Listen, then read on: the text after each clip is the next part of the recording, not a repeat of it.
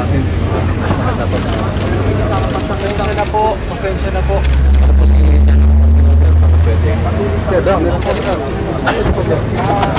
Kung maaari po sana, karapatan ko na maaari ko siya. Apo. Kayo po si Angel. Sinasabi ko lang po sa inyo, wala pong problema sa inyo.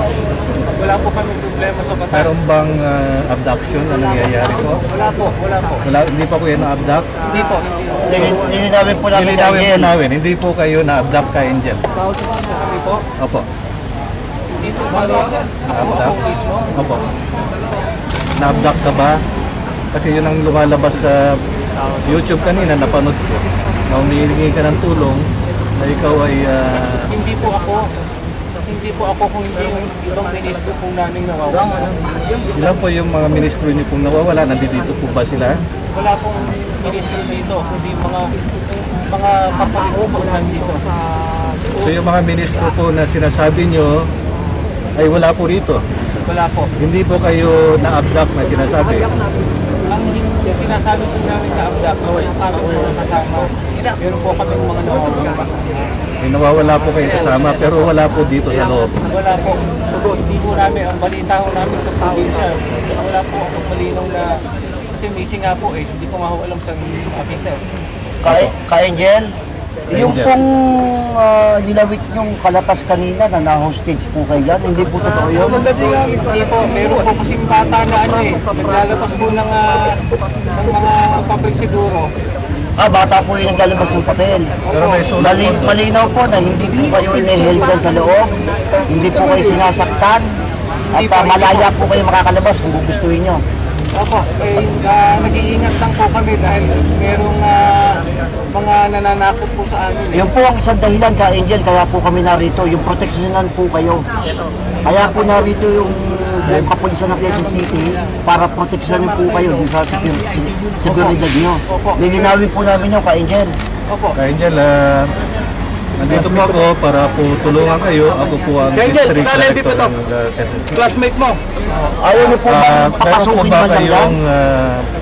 Nare-reklamo para mas maliwanag. Kayo ba'y nasasaktan dyan sa loob? Hindi po. Kayo ba'y hindi po kayo binabantay ng ibang tao na malaya kayo dyan sa loob? Dito po sa loob, sa compound. Opo. Dahil kami na nga lang po. Nagagawa po kung namin yung dapat gawin. Kaya lang po. Ito ay... Excuse me. Problema po namin kaya po, nagulat kami, bigla na lang po kayong pumasok. Ka Angel, ilan po kayong tao dyan sa loob? Mga kapatid ko po, sa kapamilya ko. Ilan po kayong tao dyan? Hindi ko po alam. Si Hindi ko po mabilang. mother mo nandiyan dyan? Si Kateni? Mami ko po. Opo, si Kateni nandiyan po ba? Hindi ko po alam kung So ilan po kayo talaga dyan ka Angel? Kapatid mo? opo, pamilya ko po. Ilan po yung kapatid yung nandiyan ka Angel? Tatlo po kami naririto po. Tatlo po? Pamilya po. Pamilya po. Pati po yung anak nyo, ilan po? Dalawa po ang po. Bali 5 po kayong pamilya dyan, madalit salita. Opo, sa isang pamilya po. Sa isang pamilya. So, Diyan po sa compound niyan, isang pamilya lang po kayo dyan. tatlo. Tatlo po. Tatlong pamilya po kayo. Pamilya mo ka Angel, tapos may dalawa kang anak. Opo. Yung asawa mo nandiyan din. Opo. Yung isang pamilya po nandiyan. Pamilya po ng kapatid ko po. Si Loti, Kaloti. Ilan po ang anak ni Kaloti? Dalawa. Yung asawa ni Kaloti nandiyan din po? Wala na po. Wala po dyan. So tatlo lang po sila. Opo. Tapos balik kayo, 4. Opo. Dalawang anak mo at saka yung misis mo. Opo. Sino pa yung isang pamilya po nandiyan dyan? Yung kapatid kong babae rin po. Ano pong pangalan? Beth. Beth. So, Angel, Loti, and Beth. Si Angel, si Beth, may anak po? Meron po. Ilan po? Dalawa po. Dalawa. Yung asawa niya nandiyan din. Wala po. So, hindi po kayo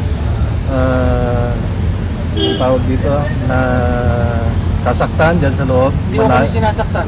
Hindi po. Walang safe po kami dito. Kamusta po yung kalagayan nyo? May pagkain po kayo dyan? Meron pong mga kapatid, nagbibigay po sa amin.